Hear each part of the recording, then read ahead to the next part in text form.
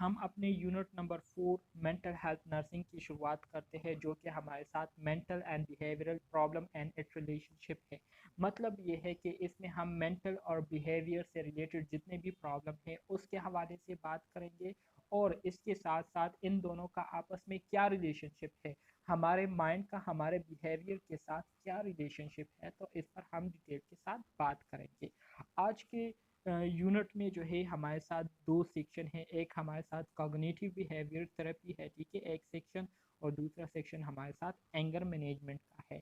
आज हम cognitive behaviour therapy पर बात करेंगे, और इसके बाद फिर नेक्स्ट क्लास में हम एंगर मैनेजमेंट को डिस्कस करेंगे। सही है।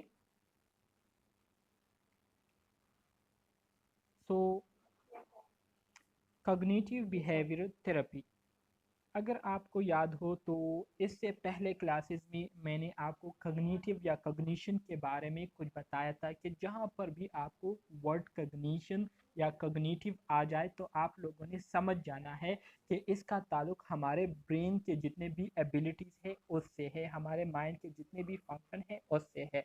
तो कग्निटिव से मुराद ये है कि ये हमारे साथ वो सेक्शन है या वो फील्ड है जिसमें हम अपनी माइंड के जितने भी एबिलिटीज़ होती है, जिसमें हमारी थिंकिंग एबिलिटीज़, हमारे रीजनिंग एबिलिटीज़, हमारी डिसीजन मेकिंग एबिलिटीज़, हमारी स्पीकिंग एबिलिटीज़, ठीक है, ये सारी चीज़ें जो है, हमारे इमोशनल एबिलिटीज़, ये सारी चीज़ें जो है मिलकर क्या करती है, कॉग्निटिव वर्ड को रिप्रेजेंट करती है, ठीक है।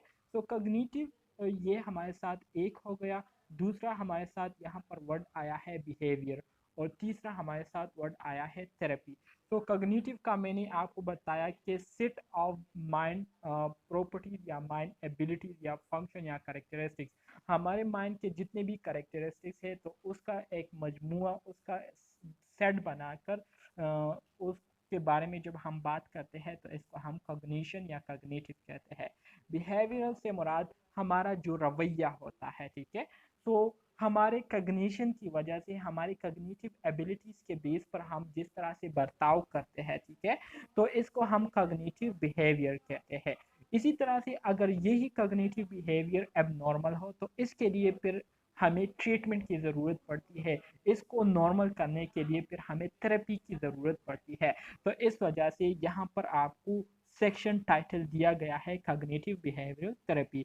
मतलब ये है इस टाइटल का कि इसमें हम बेसिकली उन बिहेवियर्स की थेरेपी करेंगे, उन बिहेवियर की ट्रीटमेंट करेंगे जो कि हमारे कग्निटिव एबिलिटीज़ में एबनॉर्मेलिटीज आने की वजह से ख़राब हो चुकी हो। मतलब हमारे एबनॉर्मेलिटीज ब्रेन के जितने भी फंक्शन है, थिंकिंग हो गई, रीजनिंग हो गई, सोचने समझने की जो खसूसियात है, ठीक है, मुख्तलिफ चीज़ों पर बहस मुबाहिसा करने की जो खसूसियात है, ठीक है, और हमारे जितने भी इमोशनल खसूसियात है, तो उसमें ख़राबी आने की वजह से हमारा जो रवैया होता है वो क्या हो जाता है, ख़राब हो जाता है। तो इस ख़राब रवैये को ठीक करने के लिए हम जो थेरेपी करते हैं, इसको इस सारे को क्या कहते हैं, कॉग्निटिव बिहेवियर थेरेपी कहते हैं। समझ आ गई इस टाइटल की आपको? जी सर। Okay, good. अब यहाँ पर हम कॉग्निटिव बिहेवियर थेरेपी के डिफिनीशन करेंगे, ठीक है। कॉग्निटिव बिहेवियर थेरेपी क्या है, what is cognitive behaviour therapy?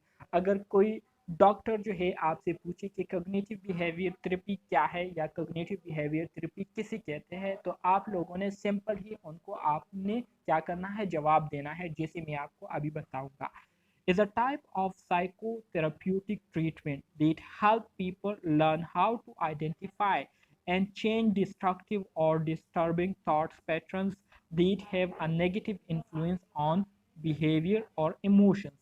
Cognitive behaviour therapy क्या है? कॉग्निटिव बिहेवियर थेरेपी ये असल में हमारे साथ साइकोथेराप्यूटिक ट्रीटमेंट की एक किस्म है। साइकोथेराप्यूटिक ट्रीटमेंट से मुराद ये है कि ये हमारे साथ वो ट्रीटमेंट होती है जिसमें हम अपने साइकोलॉजिकल प्रॉब्लम्स की क्या करते हैं, इलाज करते हैं। जिसमें मैंने आपको बताया कि हमारी जो सोचने समझने की जो सलाहियतें होती है वो ख़राब हो जाती है किसी वजह से, ठीक है। इसी तरह से फिर हम प्रॉपर तरीके से लोगों से बात नहीं कर पाते, प्रॉपर तरीके से हम चीज़ों को समझ नहीं पाते, प्रॉपर तरीके से हम चीज़ों के बारे में सोच नहीं पाते। तो ये सारी डिस्टर्बेंस काज होने की वजह से इसके लिए फिर हम क्या करते हैं, ट्रीटमेंट करते हैं, जिसको हम साइकोथेरेप्यूटिक ट्रीटमेंट कहते हैं। तो कॉग्निटिव बिहेवियर थेरेपी ये असल में हमारे साथ साइकोथेरेप्यूटिक ट्रीटमेंट की एक किस्म है। इसमें हम क्या करते हैं, इसमें हम लोगों का जो रवैया या लोगों के जो इमोशन में खराबी आई हुई होती है, किस वजह से, लोगों के जितने भी कॉग्निटिव फंक्शन है उसमें खराबी आने की वजह से, तो उस कॉग्निटिव फंक्शंस को ठीक करने के लिए, ठीक है, हम क्या करते हैं, कॉग्निटिव बिहेवियर थेरेपी करते हैं। तो इस पूरे प्रोसेस को हम क्या कहते हैं, कॉग्निटिव बिहेवियर थेरेपी कहते हैं। सिंपल, अगर मैं मज़ीद सिंपल करके आपको बता दूं, तो कॉग्निटिव बिहेवियर थेरेपी असल में हमारे साथ ये एक साइकोथेरेपी होती है, और ये एक ऐसा प्रोसेस होता है जिसमें हम लोगों को क्या करते हैं, लोगों को हम गाइड करते हैं, लोगों को हम टीच करते हैं। लोगों से मुराद पेशेंट है, ठीक है। पेशेंट को हम उनका रवैया ठीक करने के लिए मुख्तलिफ तरीके बताते हैं, उनको हम सपोर्ट करते हैं, उनको जो है मुख्तलिफ मेथड्स के ज़रिए उनमें हम बेहतर आदतें, अच्छी आदतें जो है वो डालने की कोशिश करते हैं, और उनके जितने भी नेगेटिव थॉट्स होते हैं, नेगेटिव ख्यालात होते हैं, नेगेटिव सोच होती है, ठीक है, तो उसको हम क्या करते हैं, मुख्तलिफ ट्रीटमेंट के ज़रिए क्या करते हैं, ठीक करते हैं, जिसकी वजह से उनका जो रवैया होता है वो भी क्या हो जाता है, नॉर्मल हो जाता है। तो इस पूरे प्रोसेस को हम क्या कहते हैं, कॉग्निटिव बिहेवियर थेरेपी कहते हैं। ठीक है, समझ आ गई आपको?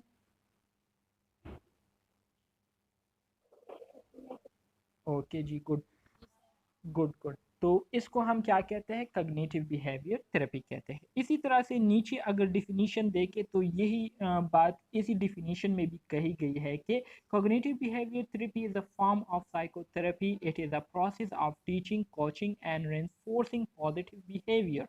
Cognitive behavior therapy helps people to identify cognitive patterns or thoughts and emotions that are linked with behaviour, ठीक है।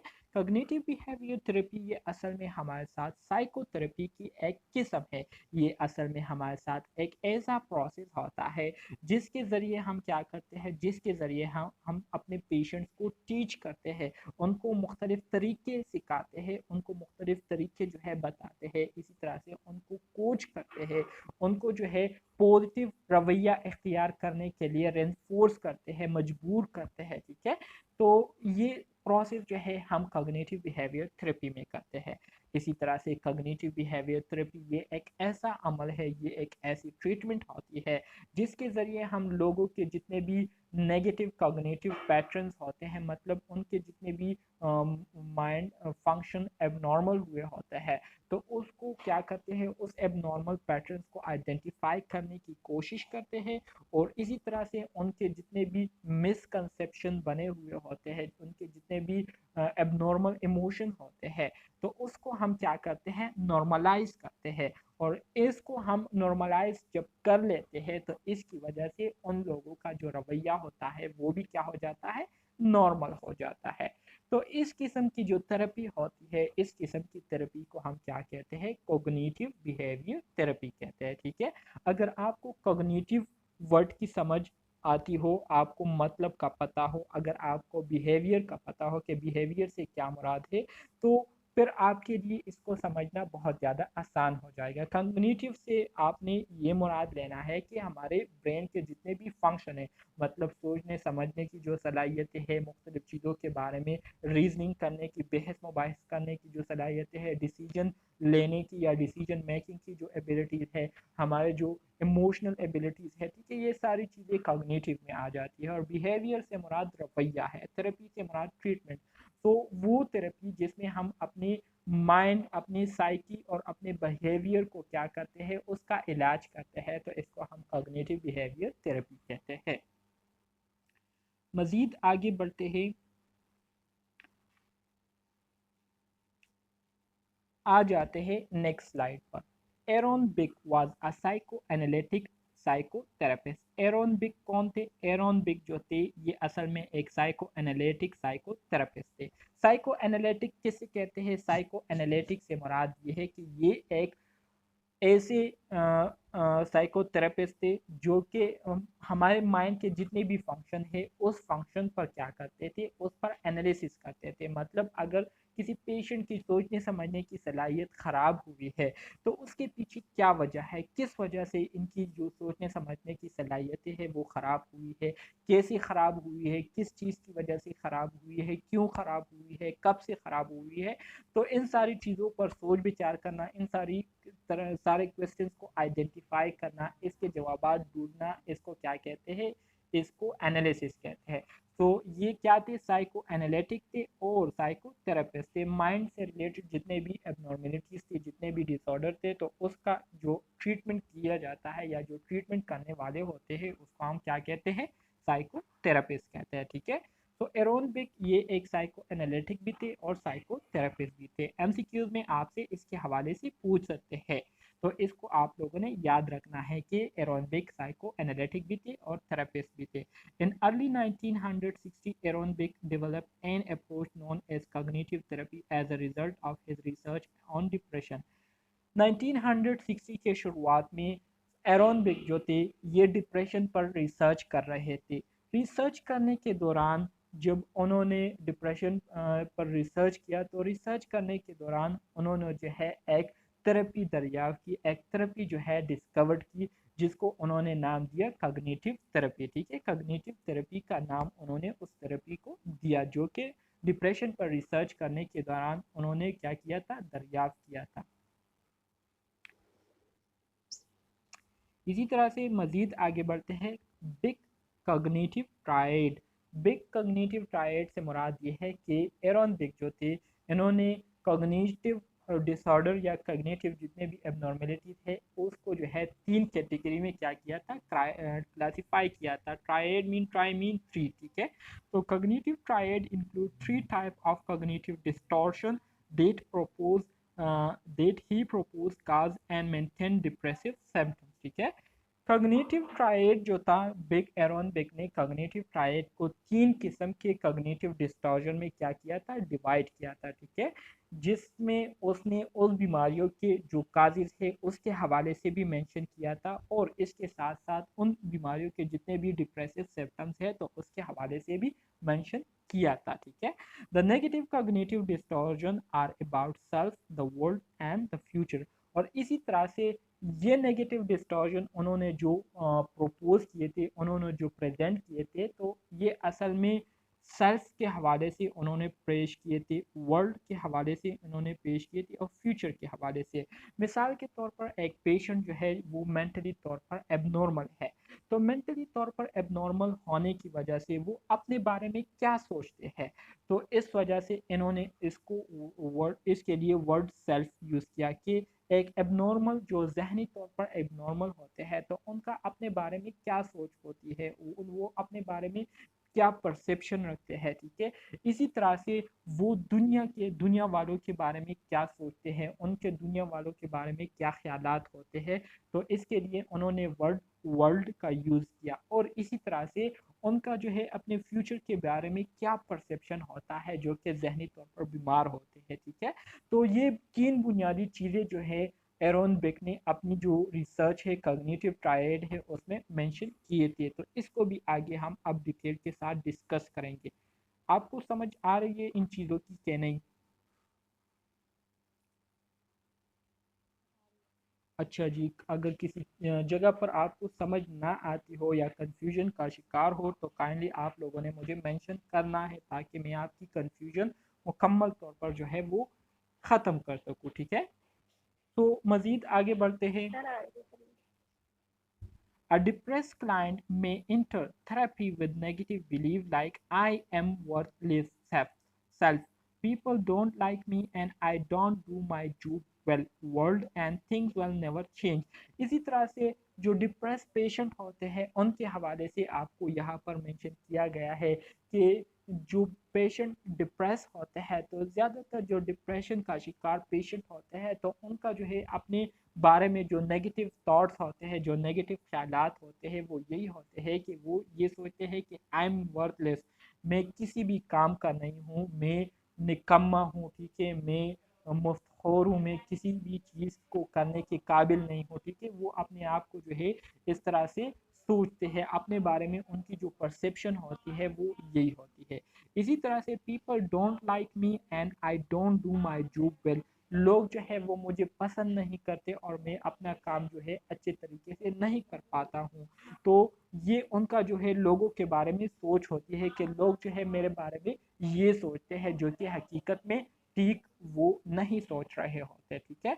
इसी तरह से फ्यूचर के बारे में उनके जो ख्यालात होते हैं वो यही होते हैं कि थिंग्स विल नेवर चेंज, कि मेरे साथ जो हो रहा है और मेरे साथ लोग जो नापसंदीदगी का इजहार कर रहे हैं, तो ये हमेशा इसी तरह से ही रहेगी और ये कभी भी चेंज नहीं होने वाली, जो कि उनकी एक मिसकंसेप्शन होती है, ठीक है। तो ये आपको डिप्रेस पेशेंट के हवाले से बताया गया है कि वो लोग जो कि ज़हनी तौर पर बीमार होते हैं, ज़हनी तौर पर जो है एबनॉर्मल होते हैं, तो उनका जो है अपने बारे में भी इस तरह का कंसेप्ट होता है, लोगों के बारे में भी वो इस तरह से सोचते हैं और अपने फ्यूचर के बारे में भी उनके जो ख्यालात होते हैं वो इसी तरह से होते हैं। Negative view of the future can be particularly problematic as they relate to hopelessness, which may be a risk factor for suicide. इसी तरह से अगर एक शख्स जो है वो बिल्कुल नाउमीदी का शिकार हो चुके हो, ठीक है, और वो बिल्कुल नाउमीद हुए हो, उनको जो है फ्यूचर के बारे में भी जो है नाउमीदी नज़र आ रही हो और फ्यूचर के हवाले से भी वो नाउमीदी का इजहार कर रहे हो, तो ये फिर बहुत ही गंभीर मसला है, ठीक है, पेशेंट के लिए भी और डॉक्टर्स के लिए भी, हेल्थ केयर वर्कर्स के लिए भी, क्योंकि ऐसे लोग जो कि फ्यूचर के हवाले से भी नाउमीदी का इजहार करते हो, फ्यूचर के हवाले से भी नाउमीद हो, तो फिर ऐसे लोग जो है बहुत ज़्यादा ख़तरे में होते हैं सुसाइड के करने के, ठीक है, क्योंकि उनके पास कोई उम्मीद नहीं होती और आप सबको पता है कि ये दुनिया जो है उम्मीद पर कायम है। जिनके पास उम्मीद होती है तो वो मुख्तलिफ सख्त से सख्त हालात में भी सर्वाइव कर लेते हैं, लेकिन अगर एक बंदे के पास उम्मीद ही ना हो, होप ही ना हो, तो चाहे उसको आप जितनी भी फैसिलिटीज़ प्रोवाइड कर दे, वो फिर उस माहौल में सर्वाइव नहीं कर पाते और वो फिर क्या कर लेते हैं, सुसाइड अटेम्प्ट कर लेते हैं। तो सुसाइड करना ये एक इंतहाई कमज़ोर लोगों की क्या है, अलामत है। तो हमेशा जो है आप लोगों ने पुरुम्मीद रहना है, चाहे जितने भी बुरे से बुरे हालात क्यों ना हो, आप लोगों ने हमेशा जो है पुरुम्मीद रहना है, हमेशा आप लोगों ने जो है सब्र का दामन जो है हाथ से नहीं छोड़ना, और इंशाल्लाह हर सख्ती के बाद जो है आसानी होती है, हर तारीकी के बाद जो है रोशनी आती है। तो इस बात को जो है आप लोगों ने अपने माइंड में ज़रूर जो है याद रखना है, ठीक है। तो फिर आप कभी भी गुमराह नहीं होंगे और कभी भी आप डिस्करेज नहीं होंगे, ठीक है। तो अब हम कॉग्निटिव बिहेवियर थेरेपी की ओवरव्यू यहाँ पर करेंगे, ठीक है, कि कॉग्निटिव बिहेवियर थेरेपी हम क्यों करते हैं।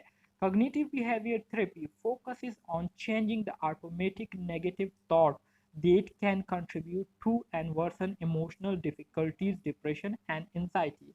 कॉग्निटिव बिहेवियर थेरेपी ये असल में हमारे साथ एक ऐसी थेरेपी होती है जिसके ज़रिए हम लोगों के जो ऑटोमेटिक नेगेटिव थॉट होते हैं, पेशेंट के जहनी तौर पर जो बीमार लोग होते हैं, तो उनके जहन में जो है ऑटोमेटिकली खुद ब खुद बुरे ख्यालात जो है वो आ रहे होते हैं, ठीक है, बुरे जज्बात वो आ रहे होते हैं, बुरे सोच जो है वो उनके माइंड में खुद ब खुद पैदा हो रही होती है। तो इन ऑटोमेटिक नेगेटिव थॉट्स को नॉर्मलाइज करने के लिए, इसको ख़त्म करने के लिए हम क्या करते हैं, कॉग्निटिव बिहेवियर थेरेपी करते हैं। और ज़ाहिरी बात है जब नेगेटिव थॉट्स आएंगे तो इसकी वजह से उनको उनके जो इमोशन है उसमें भी क्या आएगी, ख़राबी आएगी और इसी तरह से वो डिप्रेशन और एनजाइटी का शिकार होंगे, ठीक है। So these spontaneous negative thoughts have detrimental influence on mood. इसी तरह से यही जो नेगेटिव थॉट्स होते हैं, स्पॉन्टेनियस से मुराद वो नेगेटिव थॉट जो कि खुद ब खुद हमारे जहन में पैदा हो रहे होते हैं। तो ये खुद ब खुद पैदा होने वाले जो नेगेटिव थॉट होते हैं, मनफी ख्यालात होते हैं, तो इसका जो है हमारे मूड पर बहुत तबाहकुन असर होता है। डिट्रामेंटल से मुराद तबाहकुन, ठीक है, और इन्फ्लुएंस से मुराद असर। तो तबक्कुन असरात हमारे मूड पर होते हैं। So through cognitive behavior therapy, these thoughts are identified, challenged and replaced with more objective, realistic thought. So cognitive behaviour therapy ये एक ऐसा ट्रीटमेंट है जिसके ज़रिए हम इन थॉट्स को क्या करते हैं, सबसे पहले आइडेंटिफाई करते हैं, इसको सबसे पहले हम जानने की कोशिश करते हैं, जानने के बाद फिर इसके लिए हम प्लानिंग करते हैं और प्लानिंग करने के बाद इसको फिर हम क्या करते हैं, रियलिस्टिक थॉट्स के साथ रिप्लेस करते हैं, चेंज करते हैं। मतलब एक पेशेंट जो कि जहनी तौर पर बीमार होता है, तो वो जो भी सोचता है तो उसका हकीकत के साथ दूर दूर तक कोई वास्ता नहीं होता। तो इसी तरह से इस तरह के पेशेंट की जो ख्यालात है, जो सोच है, उसको हम चेंज करते हैं मुख्तलिफ टेक्निक के ज़रिए और उनको जो है रियल लाइफ की तरफ जो है वो लाने की कोशिश करते हैं। ठीक है।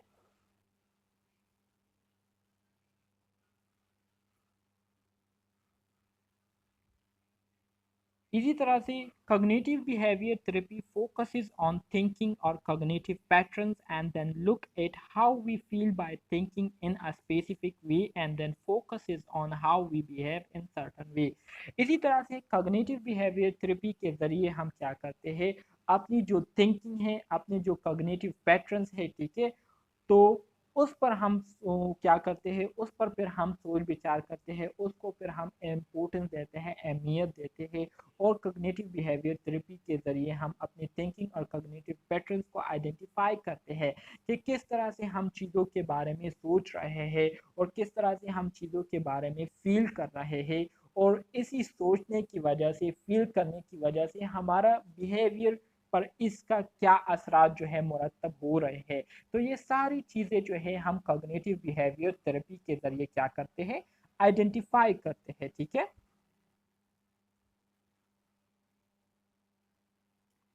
थिंकिंग और कॉग्निटिव पैटर्न और फीलिंग एंड बिहेवियर।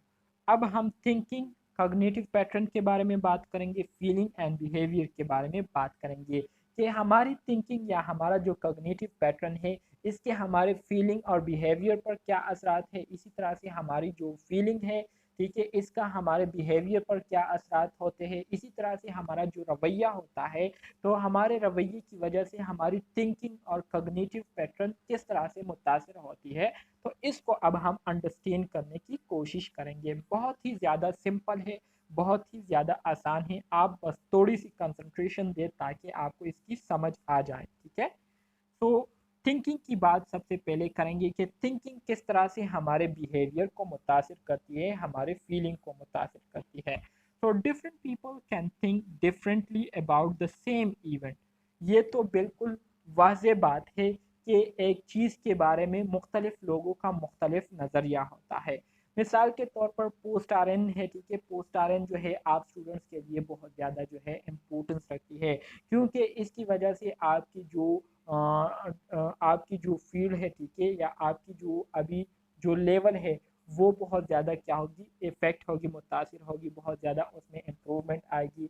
इसी तरह से कुछ लोग होंगे जिनके लिए जो है पोस्ट आर अहमियत नहीं रखेंगी, चीज़ वही सेम है लेकिन उसी सेम चीज़ के हवाले से लोगों के जो ख्यालात है वो क्या है, मुख्तलिफ है। सही है।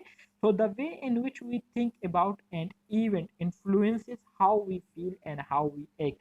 तो इसी तरह से हम जिस चीज़ के बारे में सोच रहे होते हैं, तो वही चीज़ जो है हमारी फीलिंग और हमारा जो बिहेवियर है उसको क्या करती है, मुतासिर करती है।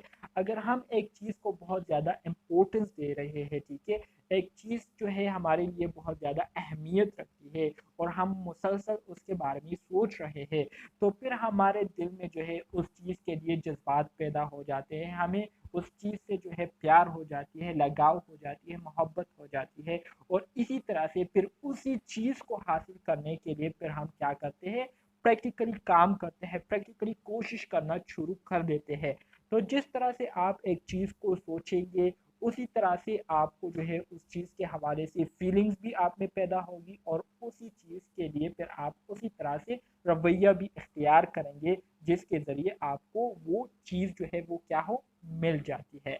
तो a classic example is that, यहाँ पर आपको एक बहुत ही सिंपल एग्जांपल दी जा रही है जिसमें कहते हैं कि when looking at a glass of water field halfway, one person will see it half empty and feel discouraged, and the other sees it half full and feels optimistic।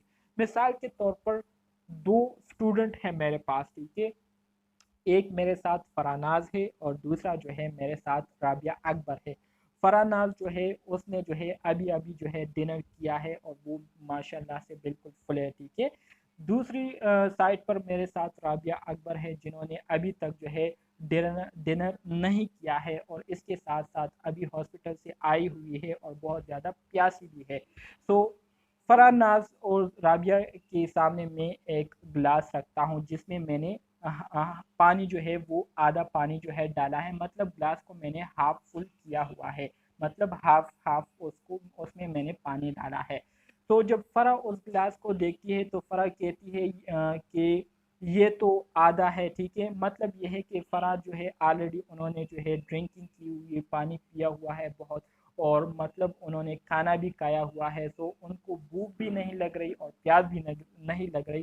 तो इस वजह से वो इसमें नखरे करेंगी कि नहीं ये तो हाफ ग्लास है, मैं हाफ ग्लास नहीं पीती, ठीक है। और इसी तरह से राबिया जो है वो कह रही है कि चलिए शुक्र है कि पानी तो यहाँ पर मौजूद है, चले मैं इस पानी को जल्दी पी लेता हूँ ताकि मेरी जो प्यास है ये थोड़ी सी बुझ जाए। तो यहाँ पर अगर आप देखें तो चीज़ एक ही है, पानी जो है वो सेम पानी ही है, लेकिन इस सेम पानी के लिए राबिया के जो जज्बात है वो क्या है, एक जैसे है, और फरा के जो जज्बात है वो दूसरे जैसे है। तो इससे हमें पता चलता है कि हम जो चीज़ सोच रहे होते हैं, तो हमारी जो सोच है उसकी वजह से हमारी जो फीलिंग होती है, हमारी जो जज्बात होते हैं और हमारा जो रवैया होता है वो क्या होता है, मुतासिर होता है, वो इन्फ्लुएंस होता है। तो हमारी सोच का हमारे फीलिंग और बिहेवियर पर बहुत गहरा असर होता है, ठीक है। तो उम्मीद करता हूँ इसकी सर सब। इसका सर इसकी ऐसे है ना, मतलब कि एक गिलास भरा हुआ है पानी का, ठीक है, उसमें मतलब हाफ है, ठीक है। जी जी। तो मैं कहती हूँ कि वो गिलास जो है वो आधा भरा हुआ है। हाँ जी। आप या कोई भी बाहर से आए वो आकर के नहीं, ये कोई पूछे इसके अंदर कितना पानी है, वो के गिलास, ये गिलास आधा है। हम्म। तो इसमें उन्होंने यही बात की है कि हर बंदे की थिंकिंग अलग है, कोई पॉजिटिव वे से हाँ सोच जी। रहा है, उसने वो भी तो कह सकता था कि ये आधा है। तो उसकी पॉजिटिव पॉजिटिव थिंकिंग की, उसने कहा कि नहीं आधा गिलास भरा हुआ है, और दूसरे बंदे की नेगेटिव थिंकिंग थी, उसने भरे हुए गिलास को नहीं देखा, उसको इग्नोर करके कहा नहीं आधा खाली है। हाँ जी, बिल्कुल, इसी तरह से भी आप ले सकते हैं सोच। और दूसरा यही यहाँ पर जो वर्ड्स लिखे हैं इसका मतलब ये है कि एक बंदी जो है वो जब हाफ गिलास को देखती है तो वो खफ़ा हो जाती है कि ये हाफ क्यों है, ठीक है। वो खफ़ा हो जाती है और फिर शिकवा शिकायत करना शुरू कर देती है, और दूसरी बंदी जब उस हाफ गिलास को देखती है तो वो शुक्र अदा करती है कि शुक्र अल्हम्दुलिल्लाह कि ये हाफ गिलास तो मुझे नसीब हो गया, ठीक है। और इससे इसको नेमत समझकर वो खुशी से पी लेती है उस पानी को। तो इसका मतलब यहाँ पर ये है, ठीक है, जो सेंटेंस आपको यहाँ पर लिखा गया है। जी जी सर। ओके। अब आ जाते हैं फीलिंग्स एंड इमोशंस की तरफ। The way we thinks about something और an events effect how we feels about that thing और इवेंट। फीलिंग एंड इमोशन के हवाले से कहते हैं कि हम किसी चीज़ या किसी इवेंट के बारे में जिस तरीके से सोच रहे होते हैं, तो वो सोचना, जिस तरीके से हम सोच रहे होते हैं उस इवेंट या उस चीज़ के बारे में, तो वो हमारी जो फीलिंग है, ठीक है, उसको क्या करती है, उसको उस चीज़ के हवाले से क्या करती है, उसको मुतासिर करती है। तो which can finally lead to a behavior, or sometimes a behavior can have an impact on our thinking and feeling। कहते हैं कि एक चीज़ के बारे में या एक इवेंट के बारे में हम जिस तरीके से सोच रहे होते हैं, तो उसी तरीके से हम उस के बारे में फील भी कर रहे होते हैं, ठीक है। और इसी तरह से फिर हम उसी तरीके से फिर हम बिहेव करना भी शुरू कर देते हैं। मिसाल के तौर पर आप सारे स्टूडेंट अभी मेरे साथ जो है क्लासेस ले रहे हैं, तो आपकी क्लासेस लेने का जो बुनियादी मकसद है वो आने वाले दिनों में एग्ज़ाम के लिए अपने आप को तैयार करना है। तो आप लोगों ने क्लासेस लेने से पहले जो क्लास लेने के लिए डिसीजन की थी कि हम जो है ट्यूशन क्लासेस लेंगे, ठीक है। ट्यूशन क्लासेस के ज़रिए जो है हमारी लर्निंग होगी, तो लर्निंग के ज़रिए हमें चीज़ों की समझ आएंगी और इसी तरह से फिर हम अपने एग्ज़ाम को आसानी से दे सकेंगे। तो देखिए पहले आप लोगों ने जो है सिर्फ ट्यूशन के हवाले से सोचा था। ट्यूशन के हवाले से सोचने के बाद आपकी जो फीलिंग है वो भी आपके साथ जो है उसने सपोर्ट किया कि हाँ, अगर आप ट्यूशन करेंगी तो इससे आपको जो है लर्निंग को बहुत कुछ मिलेगा। और इसी तरह से जब लर्निंग को बहुत कुछ मिलेगा तो इसकी वजह से आपका जो बिहेवियर है उसमें भी काफ़ी ज़्यादा चेंजेस आएंगे। मतलब यह है कि आप फिर सेटिस्फाई होंगी, आप फिर मुतमईन रहेंगी और आपको फिर किसी भी किस्म की टेंशन डिप्रेशन की जो है वो ख़तरा नहीं होगा, क्योंकि आपकी जो तैयारी है वो मुकम्मल होगी। ठीक है, तो बेसिकली इस फीलिंग एंड इमोशन के हवाले से यहाँ पर आपको जो बताया जा रहा है वो यही बताया जा रहा है कि जिस तरह से हम किसी इवेंट या किसी चीज़ के बारे में सोच रहे होते हैं तो बिल्कुल उसी तरह से हमारे फीलिंग भी उस चीज़ या इवेंट के लिए जो है वो पैदा होती है। और इसी तरह से फिर हमारा जो रवैया है वो भी हमारी सोच और हमारे जज्बात के मुताबिक हो जाती है। और जो हमने सोचा होता है या जो हमारा दिल कर रहा होता है तो फिर हम अपने दिल की सुनते हैं और फिर उसी तरह से हम अमल करना शुरू कर देते हैं। ठीक है, इसी तरह से बिहेवियर बिहेवियर में कहते हैं कि in most of the instances what we think and feel eventually develop our behavior and we begin to act in a certain way or vice versa what we do affect how we feel and think। ठीक है, कहते हैं कि बाज औकात ऐसे भी होता है कि हम जो सोच रहे होते हैं, जो फील कर रहे होते हैं, तो उस पर मज़ीद सोचने समझने के बजाय हम उस पर अमल करना शुरू कर देते हैं और उसको उसी तरह से करना शुरू कर देते हैं जिस तरह से हम उसके बारे में सोच रहे थे या महसूस कर रहे थे। तो बेसिकली बाज़ औक़ात हम क्या करते हैं, हम जो कर रहे होते हैं तो हमारे करने की वजह से हमारी जो फीलिंग और हमारी जो सोच है वो क्या होती है, मुतासिर होती है। जैसे कि अनजाने में हम कोई ऐसा काम कर ले जो कि ठीक नहीं होता और बाद में जो है हम उस पर बहुत ज़्यादा परेशान होते हैं और हम अपने साथ बहुत ज़्यादा गिल्टी फील कर रहे होते हैं। तो ये असल में उस बिहेवियर का नतीजा होता है जिसको हमने बगैर सोचे समझे सरअंजाम दिया होता है। ठीक है, तो बगैर सोचे समझे कोई काम अगर कोई शख्स करता है और उसमें उनको नाकामी होती है या नुकसान होता है तो इसकी वजह से उनकी जो फीलिंग और थिंकिंग है वो बहुत ज़्यादा मुतासिर हो जाती है। सही है,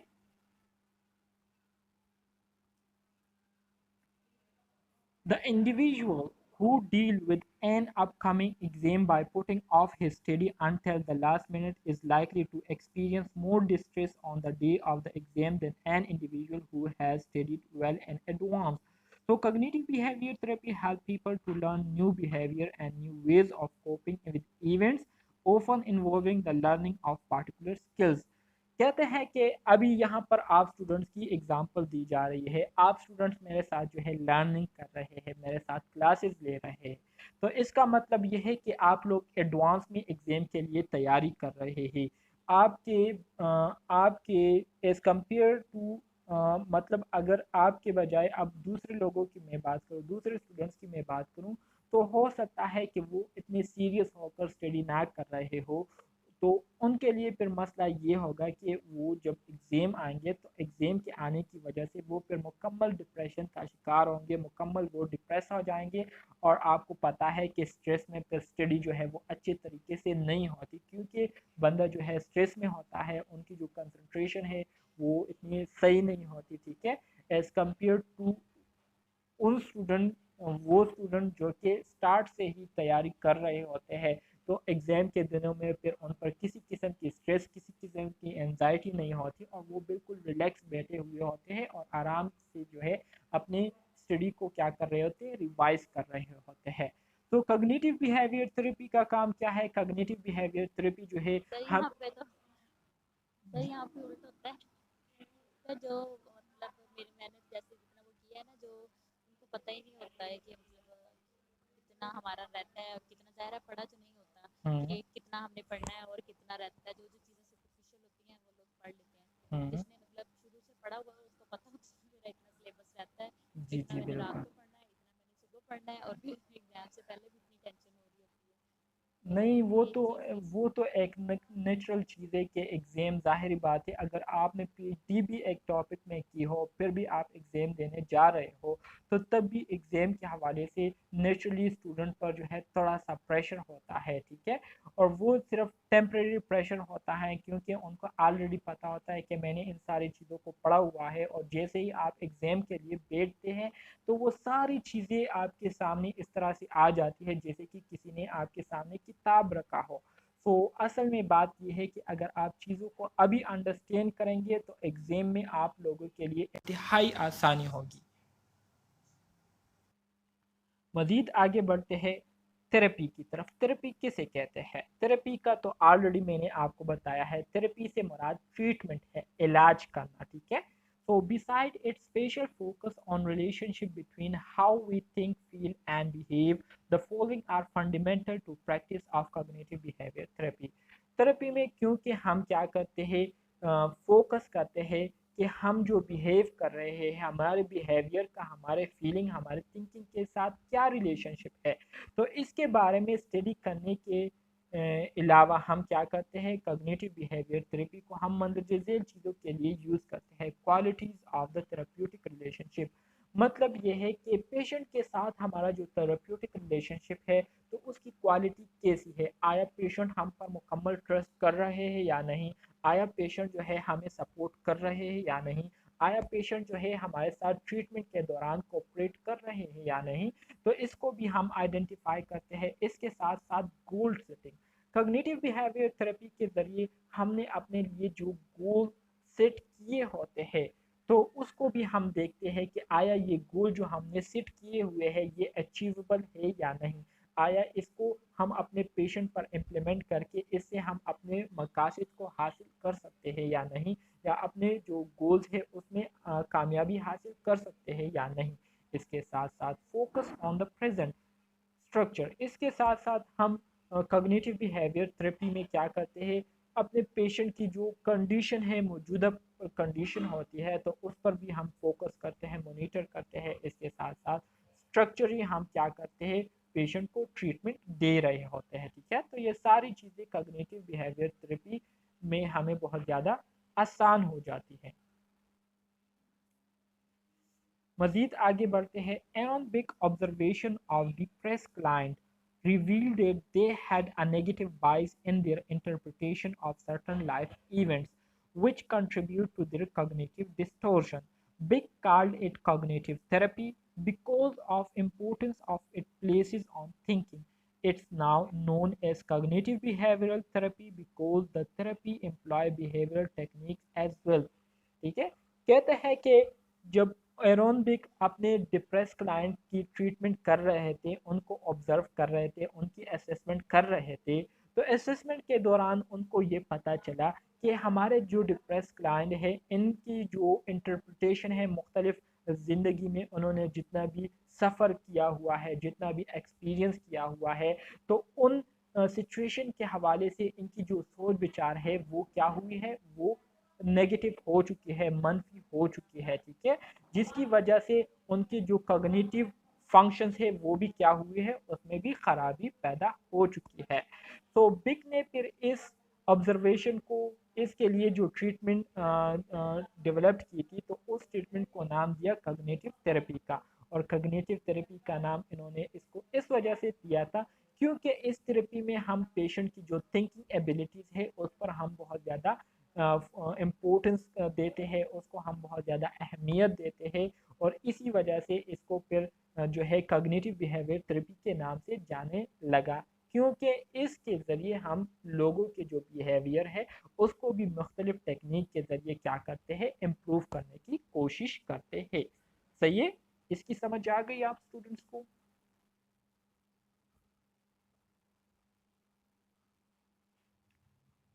मज़ीद आगे बढ़ते हैं। Big is based on the theoretical rationale that the way people feel and behave is determined by how they perceive and structure their experience. इसी तरह से बिग जो थे उन्होंने अपनी जो थ्योरी है उसमें ये बात भी की थी कि जिस तरीके से लोग चीज़ों को फील करते हैं और फिर फील करने के बाद वो बिहेव करते हैं, वो रवैया अख्तियार करते हैं, तो इससे जो है हम मालूम कर सकते हैं कि उन्होंने उस सिचुएशन को किस तरह से जो है परसीव किया है और किस तरह से उन्होंने उस सिचुएशन को जो है एक्सपीरियंस किया है, ठीक है? The theoretical assumption of cognitive behaviour therapy, इसी तरह से कॉग्निटिव बिहेवियर थेरेपी की जो थ्योरेटिकल एग्जाम्पशन थे, थ्योरेटिकल नुकात थे, वो ये थे कि that people communication is accessible to introspection, कि ऐसे लोग जो कि जहनी तौर पर एबनॉर्मल होते हैं, तो इनके साथ अगर हम कम्युनिकेट करना चाहे, बातचीत करना चाहे, तो बातचीत जो है हम इंट्रोस्पेक्शन के ज़रिए कर सकते हैं। इंट्रोस्पेक्शन से मुराद ये है कि जब हम इनके साथ बातचीत कर रहे हो तो बातचीत के दौरान इनको हम लाजमी तौर पर क्या करेंगे, ऑब्जर्व करेंगे, इनके बिहेवियर को ऑब्जर्व करेंगे, इनके बातों का जो स्टाइल है उसको हम ऑब्जर्व करेंगे, इनके टोन को ऑब्जर्व करेंगे, मुख्तलिफ चीज़ों के बारे में ये लोग क्या सोचते हैं, तो इन सारी चीज़ों को हम इंट्रोस्पेक्शन में क्या करते हैं, ऑब्जर्व करते हैं। इंट्रोस्पेक्शन से क्या मुराद है? Intro mean introduction, spection mean to inspect, मतलब ऑब्जर्व करना। तो बातचीत के दौरान अपने पेशेंट को ऑब्जर्व करना, मॉनिटर करना, इसको क्या कहते हैं, इंट्रोस्पेक्शन कहते हैं। ठीक है।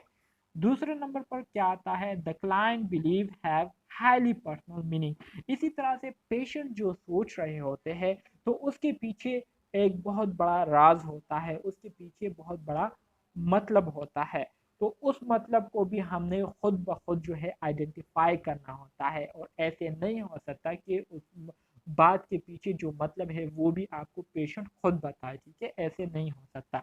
these meanings could be discovered by the client rather than being taught or interpreted by the therapist। इसी तरह से जो वो बात कर रहे हैं तो उस बात का क्या मतलब है, इसको भी क्लाइंट ने खुद ही जो है क्या करना होगा, डिस्कवर करना होगा, समझना होगा, अंडरस्टैंड करना होगा कि मैं जो बात कर रहा हूँ क्यों कर रहा हूँ, इसके पीछे क्या वजह है।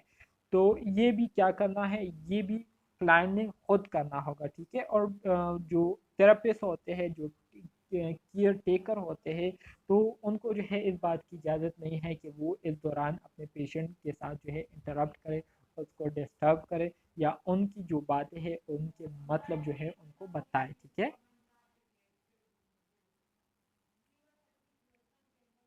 Uses of cognitive behaviour therapy, अब जो कॉग्निटिव बिहेवियर थेरेपी है, ठीक है, ये हमारे साथ एक ट्रीटमेंट है। ठीक है। तो इसको हम किन किन चीज़ों के लिए यूज़ कर सकते हैं, तो cognitive behaviour therapy was originally design to treat depression. MCQs में आपसे पूछ सकते हैं कि ओरिजिनली पहली बार जो कॉग्निटिव बिहेवियर थेरेपी दरियाफ्त हुई थी या डिस्कवर की गई थी, ठीक है, इसको प्रपोज किया गया था, डेवलप किया गया था, तो सबसे पहले किस चीज़ के इलाज के लिए इस मेथड को यूज़ किया जाता था, तो इसको सबसे पहले डिप्रेशन के इलाज के लिए यूज़ किया जाता था। ठीक है। Now cognitive behaviour therapy is use in many disorder, लेकिन अब जो है कॉग्निटिव बिहेवियर थेरेपी बहुत सारे डिसऑर्डर्स के इलाज के लिए यूज़ किया जाता है, जिसमें मूड डिसऑर्डर आ जाता है, डिप्रेशन डिसऑर्डर आ जाता है, एंजाइटी डिसऑर्डर्स आ जाते हैं, ईटिंग डिसऑर्डर आ जाते हैं, एडिक्शन आ जाती है, पर्सनैलिटी डिसऑर्डर्स आ जाती है, डिपेंडेंस, साइकोटिक डिसऑर्डर और टिक्स, ये सारे हमारे साथ क्या है, ये सारे हमारे साथ डिसऑर्डर है जिसको हम कॉग्निटिव बिहेवियर थेरेपी के ज़रिए क्या करते हैं, ट्रीट